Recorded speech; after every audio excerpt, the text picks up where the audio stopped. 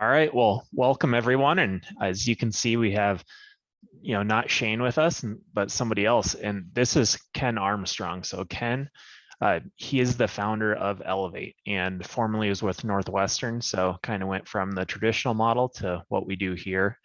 And with Shane out, we thought, what a great opportunity to have somebody else come in and maybe have a little different perspective here. So for everyone here, today's June 30th, 2022. And Ken, welcome.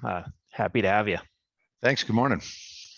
So, well, to kick this off, why don't we'll just kind of look at some charts quick as we usually do. And then, let's talk about some of the bigger picture items of how it is when, just, I guess, some of the things you've learned from your experience doing the advising here. So, first off, I've just got the SPY up here. Nothing really new this week. We drew these levels last week. So the green lines, they're still holding on. And I think that you've got the holiday weekend coming. You're not going to see a whole lot. And we are seeing the market rally a bit today. I think that now that we are down at these support levels, it gets very tricky. I think that you're going to see a capitulation day one day where it sells off pretty good and scares a lot of people. And that might finally set the bottom, but it's still kind of the same thing. It's hard to pick that this is the bottom, but we're not really at a great spot to sell anymore. So, I'll kind of flip through just quick view here. So Nasdaq. I'd agree with you there. I'd agree with you there, Kyle. I think that there's more selling to come. I think that when second quarter earnings start getting marked down by analysts, then stock prices are going to have to come down because the earnings coming down is going to drive the multiple back up. And in order to bring that multiple back into more reasonable valuations, I think prices are going to have to come down. So I don't think we're done yet, but we may be nearing the bottom because inflation is, the rate of inflation is beginning to slow. And that's something that institutional money managers are going to look for. They don't price things based on what the economy is today. It's always, what's it going to do in the future? Maybe 8 months, maybe 12 months down the road. What are things going to look like? If the rate of inflation is beginning to slow and a lot of the used cars are beginning to roll over, mortgages are beginning to get smaller, there's a number of things that indicate that the moves by the Fed are having the impact that they want, although they may very well cause a recession.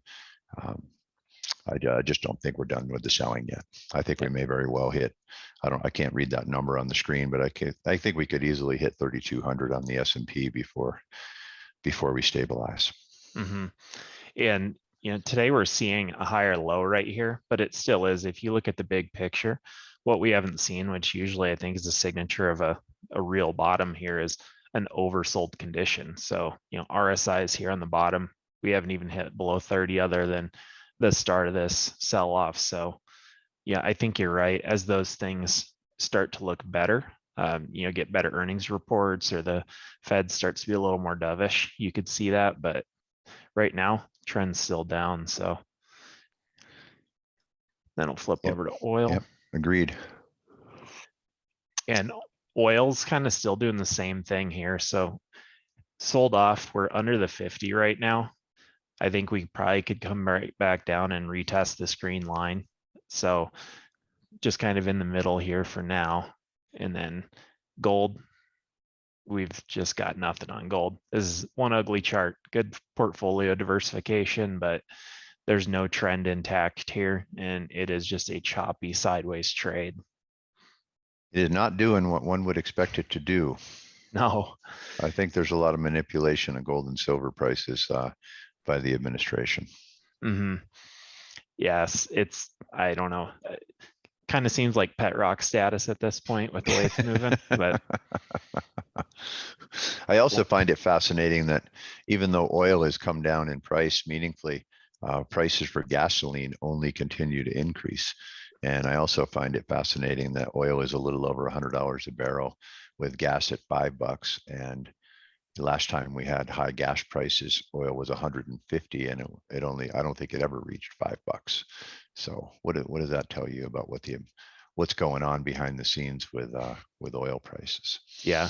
And I hear that refining capacity is just maxed out, and that's part of the bottleneck and for the pricing that's going on. But certainly I'm not an oil expert, but it is strange that we hit, oil 40% higher than it is today back in 2007 or 2008. But I don't recall, I think I paid $2 a gallon back then, and I bought a road bike because I said I need something to get to class so that, I don't have to pay for that expensive gas. Well, you wouldn't want to like encourage any new refineries to be built or anything like that to encourage any energy independence, would you? No, not at all. Nope. Yeah, Just wouldn't gotta, want to do that. Wouldn't want to take advantage of the fact that we have more natural gas than the Saudis have oil, and we have tremendous oil reserves, but yet we keep buying oil from the Middle East and financing terrorist operations. Yeah, So just waiting yeah. for the DeLorean from Back to the Future 3, where you just put the banana peel in the back and it fires it up. Yeah, well, So depending on who you listen to, that might be right around the corner, right? well, World's a crazy place. it is. So, and then I've got yields up here, and yields, they respect the averages, it seems, but they're probably going to consolidate a bit. So we're seeing them back off a little bit, which is nice. So hopefully that'll help support the housing market a little bit, make it not so egregiously expensive to go out and finance something. But Shane and I talked about it before, just these averages need to catch up. So I think it's natural that we're seeing a little sideways action. Yeah, well, things don't go straight up or straight down, right? Mm-hmm. But I do think I think the paradigm shift is indeed happening. Have you and Shane talked recently about interest rate cycles? A little bit, A but little bit. Well, maybe they're if you very want to long term. elaborate. Yeah, they're very long term. I mean, last time we saw interest rates anywhere near what we did in the last number of years was 1946. And from 1946 to 1981, interest rates went up. And of course, not in a straight line, never in a straight line, but on balance, moved up from 1946 to 1981. And one could easily argue that we hit the bottom in the latest movement in interest rates, some time ago. So from 81 to recently, and I don't know when that you want to call it, could call it 2018, might call it 2021. But in the last few years, interest rates, I think, have bottomed. And now we're in a new interest rate rising cycle. And I think it's interesting how so many people are sticking to their 60-40 portfolio because that's what their advisor is telling them. But they don't.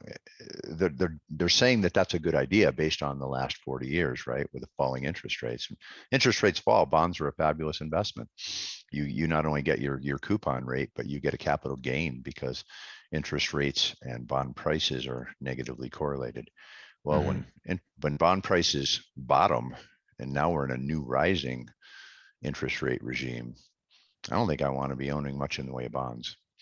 No, and Certainly not in any bond funds. Maybe when rates get high enough to make it attractive, right? If you can go get 8% on a 30-year treasury and have some degree of confidence that you're going to get your money back, that may be an attractive thing to do.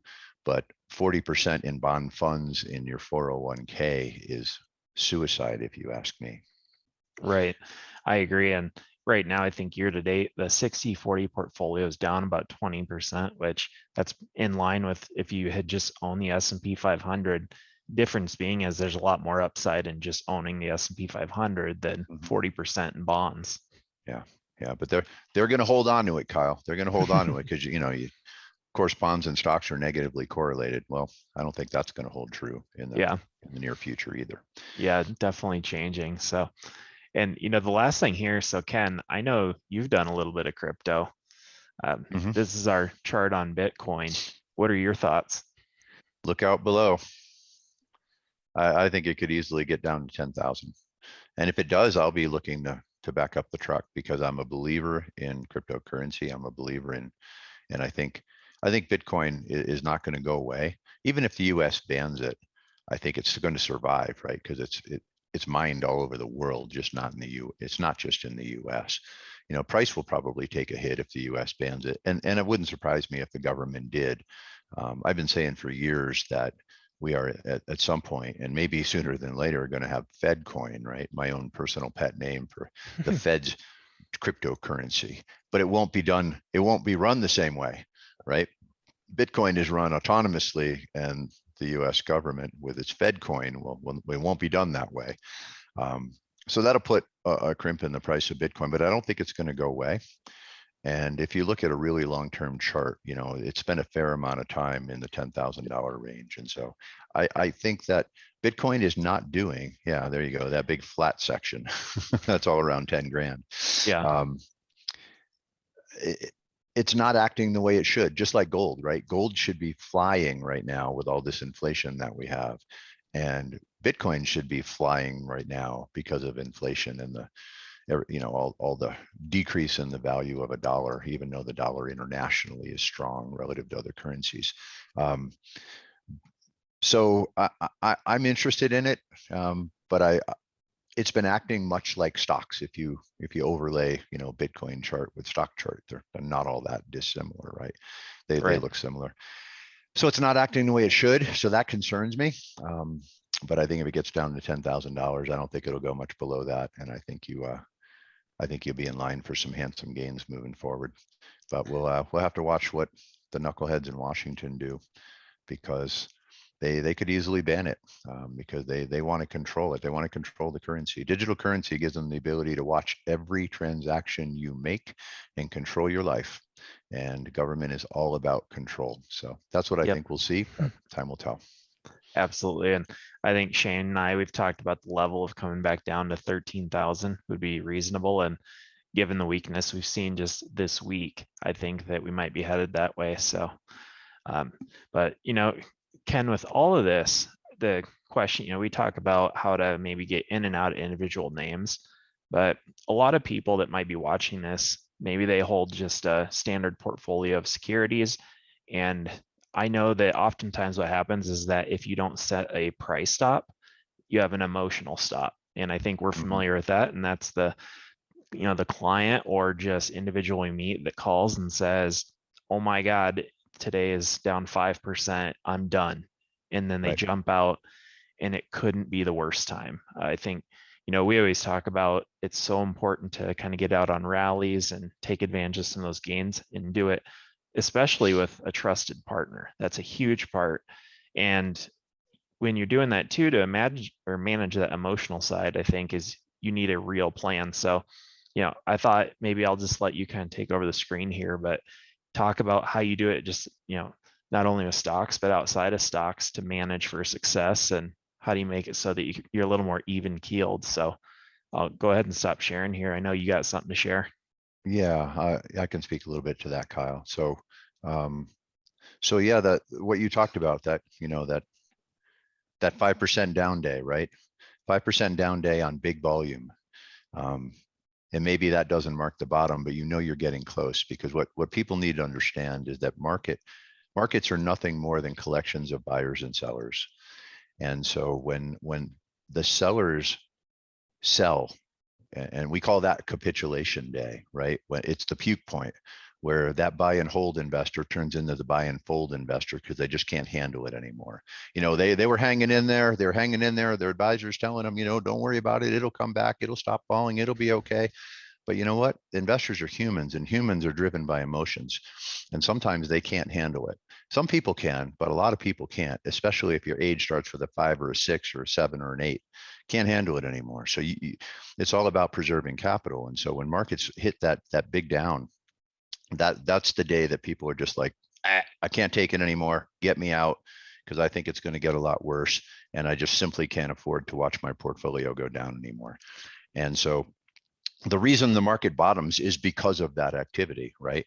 Because if you think about it, those sellers sell, and if all the sellers have sold, who's left? Well, buyers. And if all there are is buyers left, which direction does the market go? It goes back up. And so that's the issue with investors who don't really understand how markets work, is that they make decisions based on emotions, and professionals love that, because we just sit around and take advantage of it. We just watch for that activity, and then we take advantage of it. And so you talked about a trusted partner. I mean, that's what we do at Elevate Capital. We're not the like everybody else, right? We identify abnormal behavior in trading in stocks, and we follow our trailing stops. And occasionally we just might make an executive decision to raise cash like we did back on April 25th. And that has served our clients very, very well. But in the context of big picture planning, right? And we'll speak a bit to retirement planning today, to specifically to retirement income planning. Let's see. I will share my screen and put this thing up here. Because in a retirement income plan, we'll look at this one first. There's two different ways to do it. Well, there's probably more than two ways, but there's two popular ways.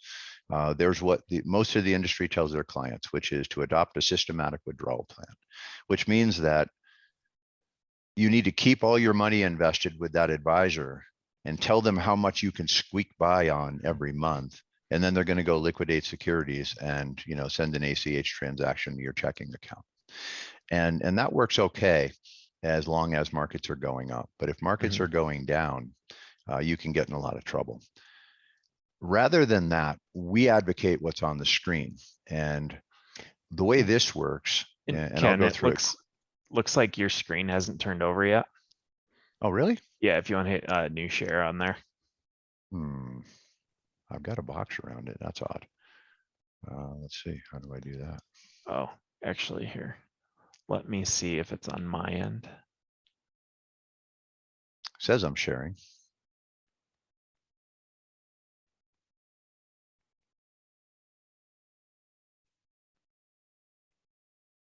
that any better? There, now it's got, there we go. Now we're looking at your screen. Okay, thank you. Yeah, I think I did not hit one. So yeah, a couple of knucklehead investor guys here, not knowing how to run technology, at least on my side. So the issue is that if you adopt this systematic withdrawal plan, you can get in a lot of trouble very quickly. I call it financial suicide, because when markets are falling and you're taking money out of the market, it leads to a situation where you have to sell so many shares to produce the same level of income that number of shares that remains in your portfolio drops to a level where it doesn't matter how much rate of return you get on the upside, it continues to drop in value. So this is a spreadsheet that we created to illustrate this point. So my question I'll start out with for everybody listening is simply this: how much control do you have over the sequence with which markets deliver positive and negative returns and the magnitude thereof? And it's a rhetorical question because I already know the answer. Everybody I ask says none. And so if you have no control over it, you better be pretty careful. So on this side of the screen over here on the left, we'll walk through a scenario where retirement worked out pretty well because this person was lucky enough to retire at the beginning of a sequence of returns that were pretty positive on balance, right? So we'll call it at the beginning of a bull market.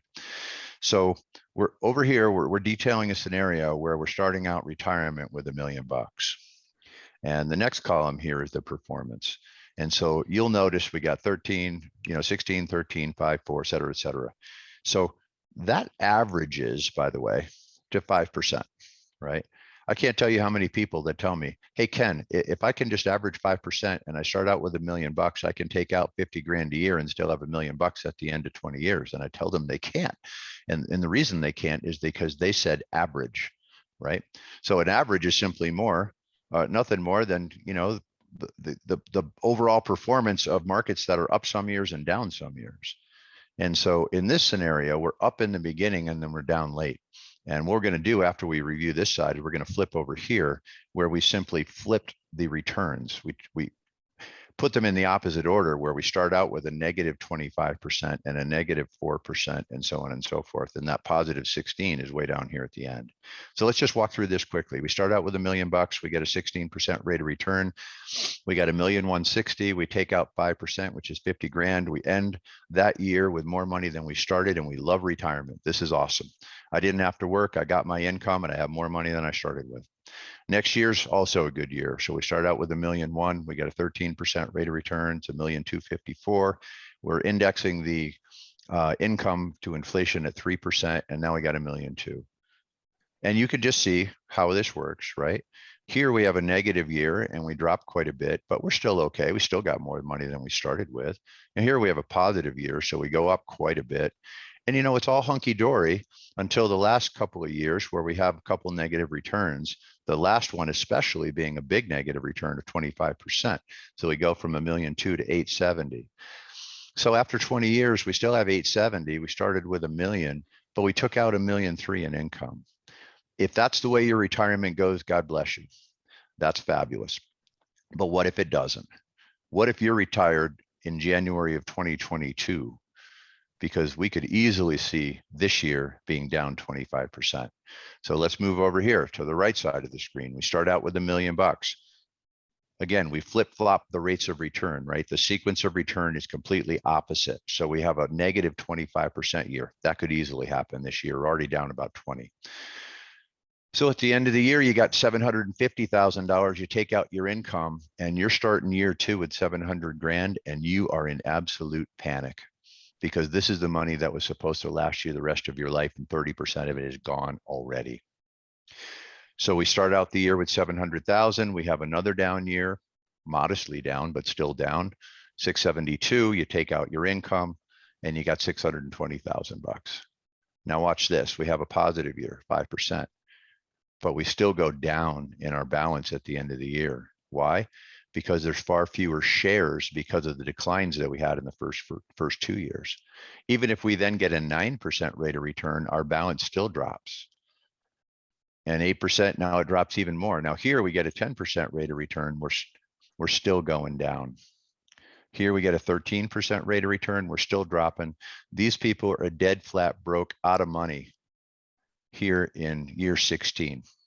They took out 960 grand and they're out of money. They started with $1 million, by the way. What was different? Something completely and entirely outside of their control, which is simply the sequence with which markets delivered positive and negative returns. So we call a systematic withdrawal plan financial suicide. But the reason that you're going to hear it from your advisor is simply that in order to adopt that plan, you need to, and listen, leave all the money invested, right? Stay fully invested at all times. And don't worry when it goes down, just ride it out. And we'll just send you as little as you can get by on, right? That's their plan. And that plan is great for them because the advisor makes more money and the firm makes more money. We don't do that here at Elevate. The primary reason is because it's terrible for our clients. We want to give them the best advice we know how, right? Going back, and I'm sure Kyle, you and Shane have said it many times, we'll tell you what we would want to know if our roles are reversed. So we're telling you here, right here for free, we're going to show you how to do this the right way, because that on the screen is not the right way to do it. The right way to do it is right here. And let's see, maybe make this a little bit bigger. And the reason we think that this is the right way to do it is that in this scenario, you don't end up in a situation where you're dead flat broken out of money. It might not be as good as you want it to be, but you're still going to be okay if you follow this plan.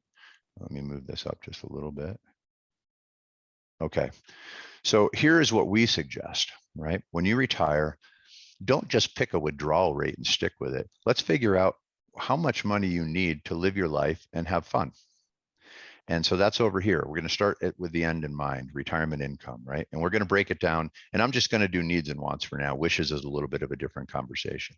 But, and I'm going to use some easy numbers so everybody can follow the math. So if your goal for income is say $10,000 a month, and 5,000 of that is needs, and 5,000 of that is wants, we strongly encourage you to fund them differently. So needs are simply this: things I'm not willing to live without. Food, shelter. Some people, it might be a vacation. That might be a need for them. Okay, fine. If that's a need, that's a need. Some people would call it a want. But things you can't live without and things that you can live without. Okay, so needs. If your needs are $5,000 a month, next thing we're going to do is look at what sources of income you already have. And those are over here.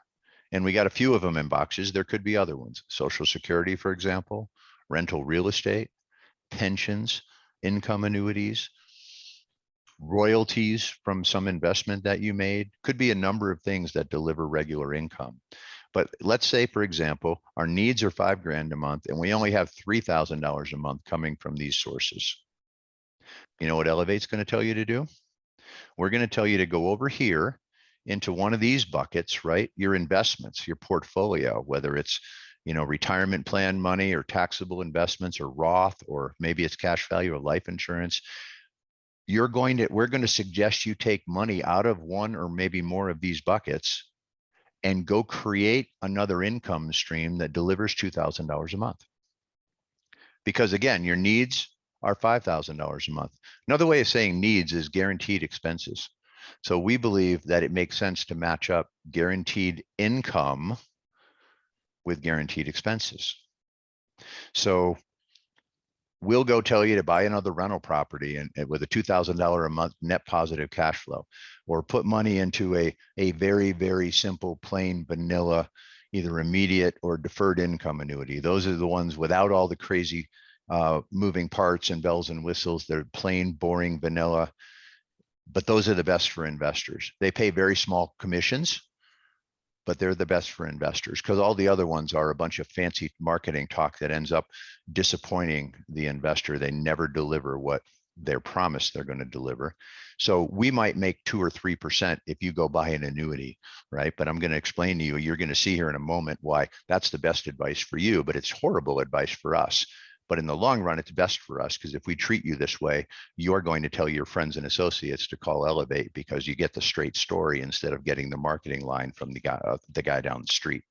So if you go take, you know, however many dollars, let's say it takes $500,000 to create another 200,000 or $2,000 a month, we're going to tell you to do that. Okay. So now what do we have? We have a scenario where your needs are $5,000 a month. And guess what? Your income is $5,000 a month. Okay. So that income is going to pour out of this over here through this cash reserve account. We'll get to that in a moment, and result in an ACH deposit in your checking account, so you can meet all your needs. Now, wants. Okay. $10,000 a month, 5,000 is wants. How do you fund those? You fund those not with a systematic withdrawal plan where you're selling regardless of what the market is doing, but with tactical periodic distributions from your investment accounts buffered by a cash reserve. Why is the cash reserve there? So you don't have to take money out of your investments when the market is going down, because we saw a moment ago how detrimental that can be. So we're going to suggest that you start out retirement with, I don't know, 120, 180,000, maybe $240,000 in cash and cash equivalents. It all depends on how many years of portfolio insurance you want, right? Because if you've got, say, 180 grand in cash, you now have 3 years of all your living expenses completely taken care of. Because 5,000 a month is going to come out of the cash reserve, and 5,000 a month is getting dumped in from your income over here. So you got 3 years totally taken care of. So let's pretend the moment you retire, right? You put this plan in place, you go to Hawaii to celebrate, you're sitting on the beach in Maui, watching the sun go down, sipping your umbrella drink, and you happen to pick up the newspaper and it says stock market was down 20% yesterday. Should that change what you have for breakfast at the hotel tomorrow morning? I sure hope not, because you've already got 3 years taken care of. So you go on living your life. And let's say the bear market lasts a long time. A long bear market's 2 years. Okay, so let's say we're 2 years into it. Now you got $60,000 in cash left in your cash reserve, and you're starting to get nervous. The news isn't good. The economy's still crap. Okay, what are we going to do? We're going to go into your portfolio, and because we've built it properly, we're going to have some securities in there that have done well, even though the overall market has gone down. And we're going to sell those securities at a profit, and we're going to take the cash and we're going to replenish your cash reserve. Now you got another $180,000 in your cash reserve, and you go about living your life. That is a far better scenario than taking money out of the market every month, even though the market is getting crushed. Because in this scenario, you're going to give yourself the very, very best chance of living happily ever after and not running out of money. However, what if you do? What if markets are horrible for so long that we deplete all your investments, or inflation is so high that you use up your money, or you live too long. You simply live too long and you run out of money. So pretend all of this is gone, right? That's gone. I wanted to highlight even the cash reserve. Are you still okay? Well, if you've covered your needs with highly reliable or guaranteed income, you still have that. So the cash might be gone, but you still have income coming in that is going to allow you to sustain yourself. So you're not going to shop for groceries at Petco. You're not going to ask your kids to live in their basement and give you an allowance. You still get to live with dignity. You cannot have a scenario where, let's see, let me stop this for a moment. You cannot have a scenario where this happens. Kyle, is the spreadsheet up again? No, if you No, want to pull it didn't up. click the button properly. All right, here we go. This scenario doesn't happen because you still have all that income that's going to happen for the rest of your life. So in our opinion, that is a far superior way to develop a retirement income plan. That makes sense, Kyle? It does. And, all this, I think a point to drive home is the equity allocations. I think you and I have discussed this, is that, you've got inflation, everything going on. Do you still need that equity portion in the portfolio? And how does this kind of help you psychologically? Yeah, I think you do. I think you do. I'm a big believer in stocks over the long term. Markets have gone up and markets have gone down, but markets have been resilient. And I think there's only a couple of ways to hedge against inflation. Number one is to maintain some degree of exposure to stocks. And the other way is to own hard assets like real estate. And we talked earlier about bonds, and bonds being a very dangerous investment in a rising interest rate environment, right? So other than cash, what the heck are you going to put your money into inside your investment portfolio, right? It's going to be in stocks. Now, depending on the market environment and in the economy, you're going to want to be in different kinds of stocks, right? In a raging bull market, you're going to want to be in growth stocks.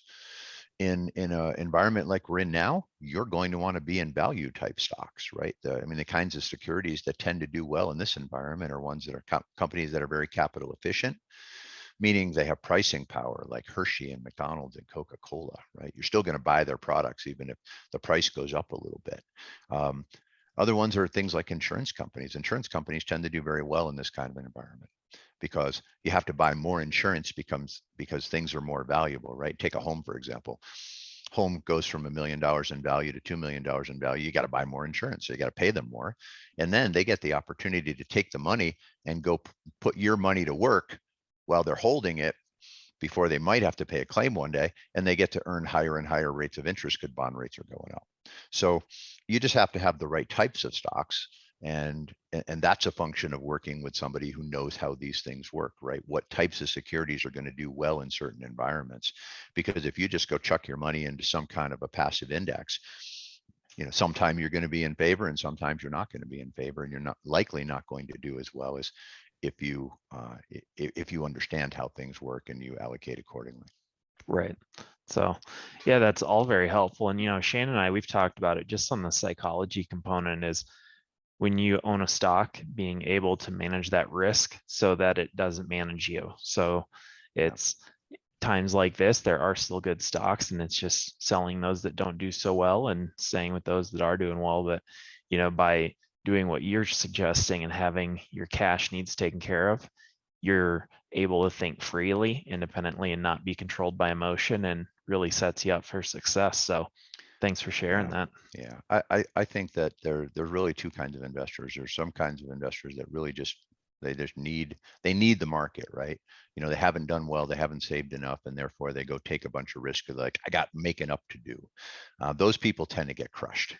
And then there's the other people who don't need the markets, right? Because they've done well, they've made smart decisions along the way, and they use the markets to their advantage.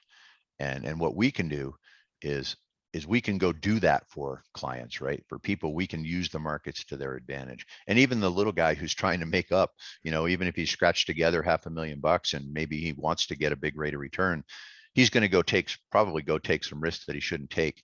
Well, if he does that on his own, chances are the professionals are going to eat his lunch. But if he gives us perhaps a chance to look after those dollars for him, we can make better decisions.